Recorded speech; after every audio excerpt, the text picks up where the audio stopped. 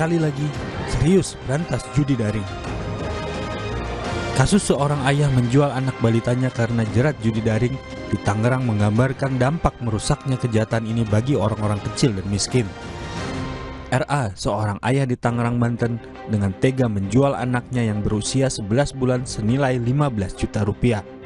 Kepada polisi, RA mengaku menjual anaknya untuk biaya kebutuhan sehari-hari dan bermain judi daring.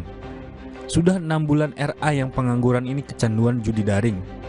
Kasus RA menggambarkan betapa judi daring menjadi kejahatan yang merusak orang-orang kecil dan miskin di Indonesia.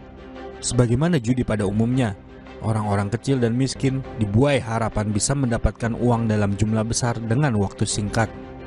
Apalagi situs dan aplikasi judi daring mudah diakses menggunakan ponsel dan paket data yang harganya terjangkau.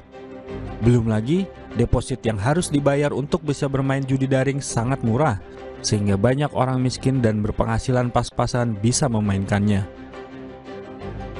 Berkaca dari dampak yang ditimbulkan judi daring terhadap orang-orang kecil dan miskin, sudah seharusnya pemerintah lebih serius memberantas kejahatan ini.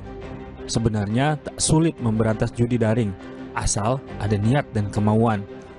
Negara dan aparaturnya punya infrastruktur yang cukup untuk memberantas judi daring dan menghentikan operasinya di Indonesia. Dari polisi, Pusat Pelaporan dan Analisis Transaksi Keuangan, Otoritas Jasa Keuangan, hingga Kementerian Komunikasi dan Informatika punya infrastruktur untuk memberantas judi daring yang menyasar orang Indonesia. Bahkan, siapa saja bandar dan para pemain di industri judi daring sebenarnya juga dengan mudah diketahui. Liputan investigasi harian Kompas pernah mengungkap bagaimana industri ini dijalankan di luar negeri seperti di Kamboja oleh orang-orang Indonesia. Bila wartawan dan media yang hanya punya kemampuan terbatas dan tak punya diskresi seperti yang dimiliki penegak hukum saja bisa membongkar para pemain di industri ini, seharusnya negara dan aparaturnya dapat dengan mudah memberantas judi daring. Namun, apa yang terjadi? Pemerintah memang sudah membentuk Satuan Tugas Pemberantasan Perjudian Daring sejak bulan Juni lalu.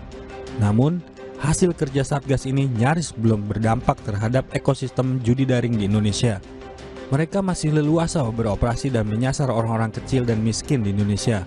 Pada 1 Oktober lalu, Direktorat Tindak Pidana Cyber Barreskrim Polri mengungkap situs judi daring yang dikendalikan warga negara Cina.